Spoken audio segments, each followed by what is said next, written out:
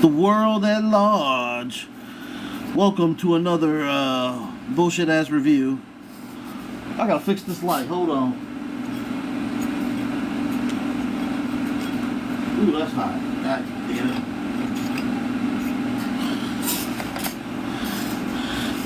So I'm back. Sorry for the misnomer, but the hiccup. We are covering Oktane Minutes Podcast. I'm gonna send this out. I'm gonna share this to a few people in the world that might want to see me do my thing. We are on Oktane Minutes Podcast, and what we are sharing tonight is Distinguished Gentleman, 1992, one of the better, greatest Eddie Murphy movies ever to be produced. It's so good, it makes me think that I, myself, would like to be a scammer, right? Because Eddie Murphy was a next level, high level a scammer in this. And, yeah, my dude really did his thing in this. I'm just sending this out to random people. 10 of my friends while I cover the movie, Distinguished Gentleman. So, of course, there is a absolutely star-studded cast of Eddie Murphy and Lane Smith. Lane Smith, you've seen him. He plays Country Dads. Cheryl Lee Ralph, Joe Don Baker, Chi McBride, Grant Shauld, just a ton, a menagerie of comedic actors and stars. Who else is in this? Victor Rivers, Charles S. Dutton, a whole gang of people, man, So, yeah, it's a political comedy. Based out. It starts off in Miami, and Eddie Murphy is a man named Thomas Jefferson Johnson, who is basically a con man. We'll go right into we'll do the wiki facts for this one. We'll do the wiki facts.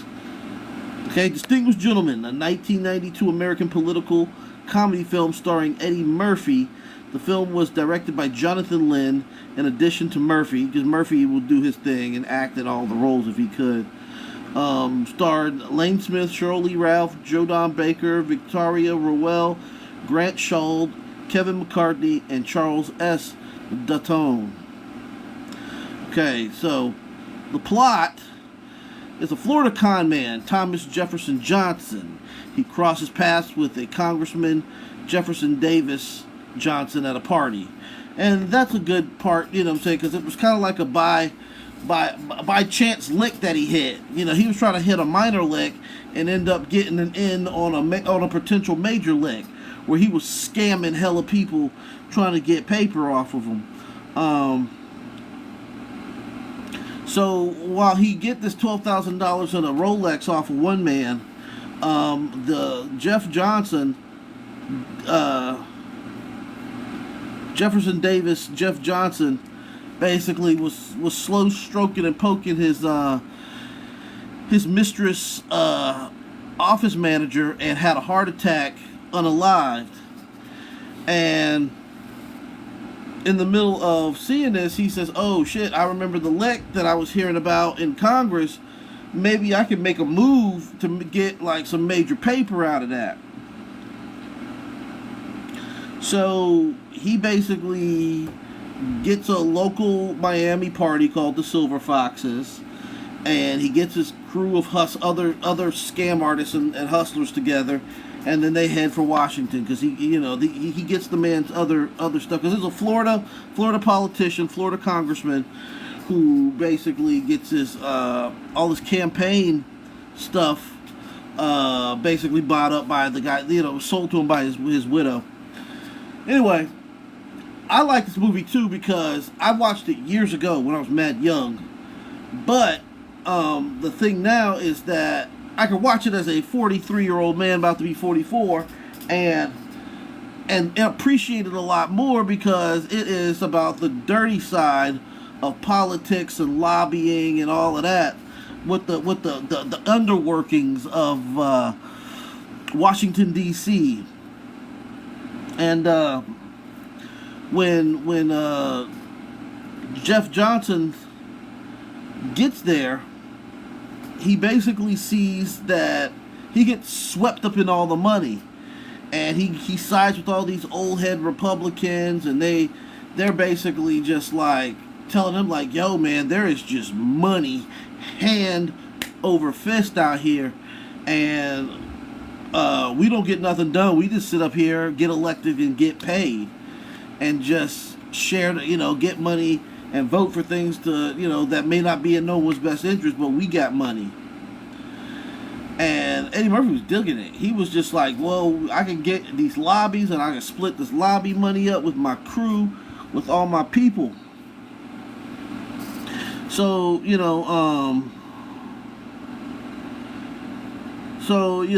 gets and runs a very, crazy campaign, and when he wins, it goes up there, and he wins a slim victory.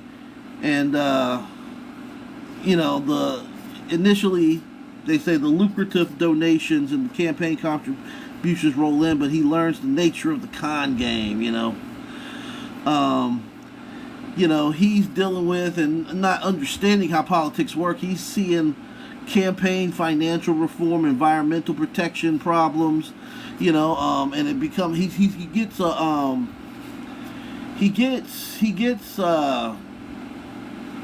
an aide, and he's missing out on a lot of things because he's literally just bumbling through this, and it shows you I'm pretty sure Congress isn't really this bumbling, but it just shows you how innate and how careless a lot of these politicians are out here, that just say, well, yeah, let's just get money. I don't care where this other guy came from. So he's shaking hands with the people. He met two guys that were new congressmen, freshman congressmen. One guy said, "Oh no, I was a weatherman back in Iowa, and I got elected." And the other guy said, "Yeah, I was a Houston Oiler. I was a football player, and I hurt my knee and then decided to run for office." And they'd had no clue what was going on either, of all these different things, and that's pretty much how it's seen with a lot of politics. You'll see a lot of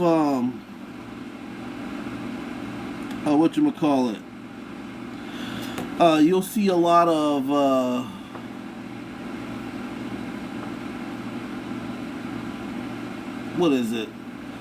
bills that are being passed, and the bills basically are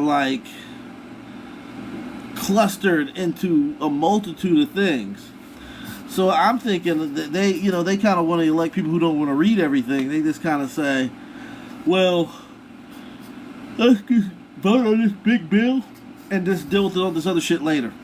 Well, really, in reality, I've seen this on Theo Vaughn, that one of the Republicans there, he said that he would have liked it better if they'd been there all day having to do work and researched all these bills, to go through all these bills with a fine-tooth comb to make sure that everything that they've been dealing with was properly vetted, because really in politics there are some bills that get passed that benefit no one but the lobbyists, whom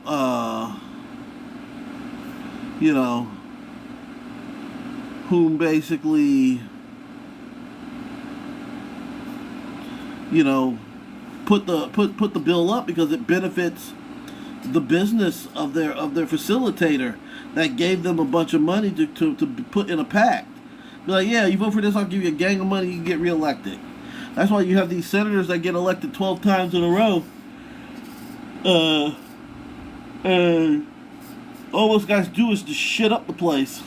So, as Eddie Murphy's going through this, as Thomas Jefferson Johnson is going through this, he basically runs into a young lady who is a journalist, and she's part of a committee She's like a lobbyist too, I would say, but she's working for her dad, and her dad was wanting to clean up the ethics, make sure that Congress ran on a more ethical playing field instead of just passing laws because some corporation said, oh, we can make more money if you do, and we'll kick you some money and give you some stock options if you we'll make you a millionaire if you vote for us, or if you vote to legalize us and let us slide through without being put under the microscope. If you are basically have the ability to, as they say, not look beyond the fine mist, and just kind of grandfather us through, we will gladly compensate you. And at one point, there is, Eddie's doing that, and then there's a girl that goes in there with her mother, and they're wanting to talk to Congressman Johnson out of Florida, and they come to find out, the power lines are sending magnetic waves and killing children, and hurting old folks. And Eddie all of a sudden had to change his heart about just taking money because he's just like, damn, Hold on, brother.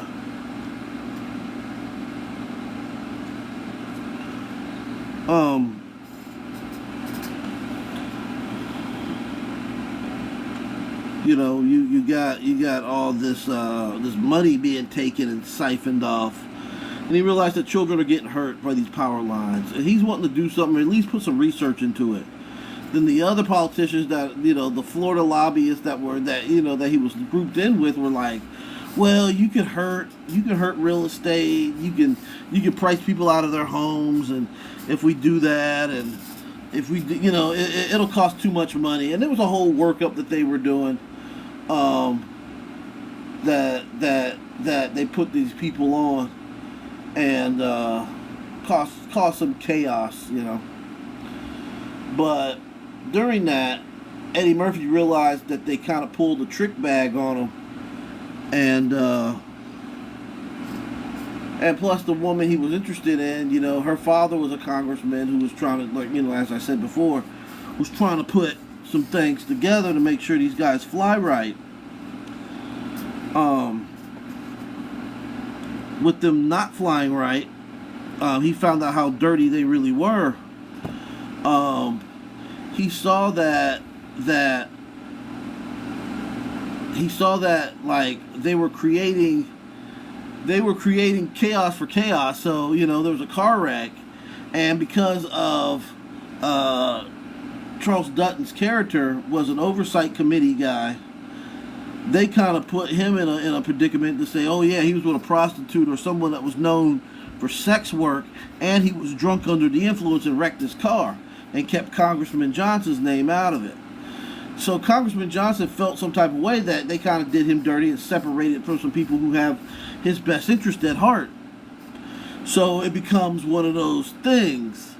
And I was like, hey man, politics is a dirty ass game, man. Anything they find on you, and see, at the end when he went into the whole big thing and he got CNN to humiliate the guy who was doing him dirty and did his friends dirty, his real friends dirty, he basically pulled the whole shimmy sham on him and said he had tapes of them being recorded and all of that, and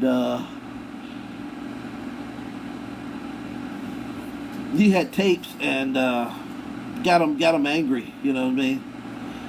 So I thought it was pretty interesting there. And I was just like, well, shit, man. Yeah, they tried to body block the one guy, Matumbo'd him out the game, then turned around and just ransacked the whole EPA committee. But then Eddie Murphy said, wouldn't it be better if I decided to, I'm willing to kill my career off? Because the guy's already, and this was the thing. Towards the end when they were going through the thing and he was exposing this guy for all the dirty tricks he was doing with those power lines and just not wanting to do anything and just taking money. Come to find out, he was doing a lot of dirty shit because Eddie put him on blast in front of everybody, and then they pulled him aside, and then all the other lobbyists walked up in there and they said, yeah, remember those fake charities and all those fake books and fake this, fake that, you just taking money to take it? He goes, if I'm going to be looked at as a piece of shit, you're going to be a piece of shit too. And Eddie Murphy recorded all that and then played it live on CNN, you know what I mean? And they did him, they ate, he got them guys ate up for killing, for almost doing his peoples dirty, you know what I mean? But like I said, it was a good movie, especially like if you're an adult and you like politics, and you can look at, and you're not emotional about politics, and you're not ready to tear your face off every time Donald Trump says something, that you take the time to look at I think it's almost something that it's your birthright to understand how our civics work, how laws get passed. And this is a good movie to understand that, or understand the dirty side of American politics. We have at least that freedom to have movies like that. That is the true meaning of freedom of speech in that movie. It's the fact that we have a movie that talks about and is overly critical about some of the dirty practices and processes of our United States government, and how the people within it will do things to maintain a seat at the table versus making a difference for the overall good of the American way. I mean, even now, you have people who are getting priced out of their homes, left, right, sideways. Food is going up. Everything's going up, and they're saying they're trying to strengthen the dollar. I don't know, or maybe you could probably put price caps on food and housing, and just say, hey, maybe you shouldn't sell a house for $700,000 in L.A. That's got one bedroom and high crime and junkies burning furniture for the copper. You know what I mean? I know location is key, but everywhere is expensive. Then you can't experience or even appreciate everything. You know what I'm saying? We are moving towards a dystopian world right now in America, because of the price fixing and price gouging of everything. Our laws are becoming more authoritarian, and it was almost like a direct reaction to all the other laws where they were trying to be these social laws about making the world more open socially. But then then they turn around and say, well, the social laws, a lot of those social things are illegal. Understandable, whatever. But, no one right now in politics is trying to find a middle ground to stabilize America. You remember, America is at its best when everybody finds its middle ground. We don't have to have this country all one way or all another way. Our country is to be appreciated due to its diversities. Not diversity meaning that, lifestyle, because we live in American lifestyle, because we live in America, and we benefit from all of its corporate practices and state laws. Laws vary from state to state. We are one of the few countries that can carry. We have a right to defend ourselves. We have a right to make money. We have a right for religion. We have a right for what goes on in our bedroom for the most part. We have a right to what we put in our bodies for the most part. Some places will be like, you can't even drink alcohol. I don't drink. It's my right to not do so. But it's also, you have a right to drink alcohol. Which is fine.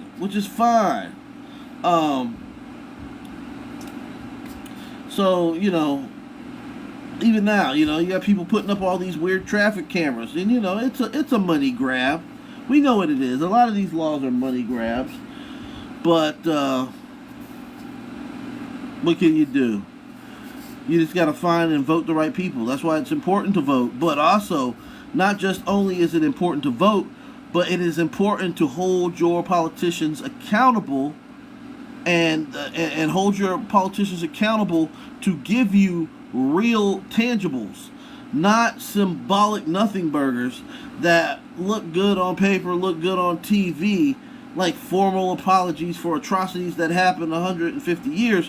What about compensations for atrocities? What about making sure the food is not dirty and poisoned and expensive? Because not only are we paying an arm and a leg, we're also paying for our health, with our health, for this food over a long period of time. I mean, shit, some places in America you can't even, the air is free, but the air is also dirty. And then, when they want you to clean the air, they want you to pay for it. Water ain't even free, and the water's dirty. But we also have a right to change that and to hold those politicians accountable. You know, I mean, you got to look beyond their faith, because some of these people will say they're Christians just to say they're Christians, and really what they are is just the devil in a sheep's frock. But that's the rant for today. It was a short movie. I watched the movie in one day, and I'm also kind of tired. But I did like Distinguished Gentleman, and it was one of my more favorite Eddie Murphy movies. I wish Eddie Murphy would come back to stand up. This is during the movie run. Movie star Eddie basically is everything. But for those of you who did not get a chance to see stand-up comedy Eddie Murphy, y'all be seeing Pluto Nash, but we got Eddie Murphy raw and delirious, and that was a major key. But like I said, the movie was dope. The movie was hella dope.